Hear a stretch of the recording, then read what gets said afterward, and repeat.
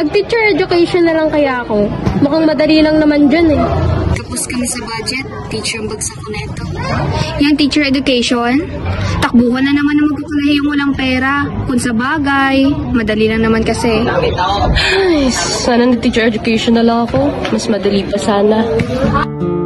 Ang baba, napakababa, takbuhan ng mga kapos. Last choice ng mga estudyanteng walang matinong plano sa buhay. Yan ang tingin ng lipunan sa aming kursong minamahal. Hindi nila alam ang hirap. Mula sa umpisa hanggang sa dulo, ang mga guro hindi tumitigil sa pag-aaral, hindi tumitigil sa pagkatuto. Ang pagiging guro, hindi madali.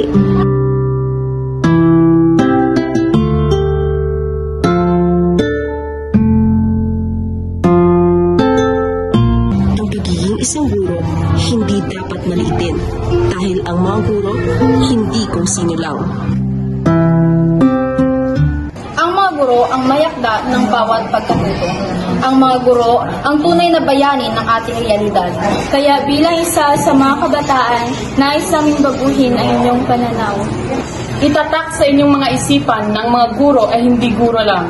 Ang mga guro ay nagbibigay ng mahalagang parte hindi lamang sa pamayanan, Hindi lamang sa ating munisipalidad.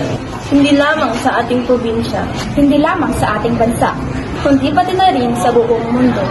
Kaya kami ang grade 11B ng Laboratory High School. Kami ang magsisilbing kasampapan sa pag-unlad ng lipunan ng mababang panahon para sa amin, sa inyo at sa susunod na henerasyon. Maligaya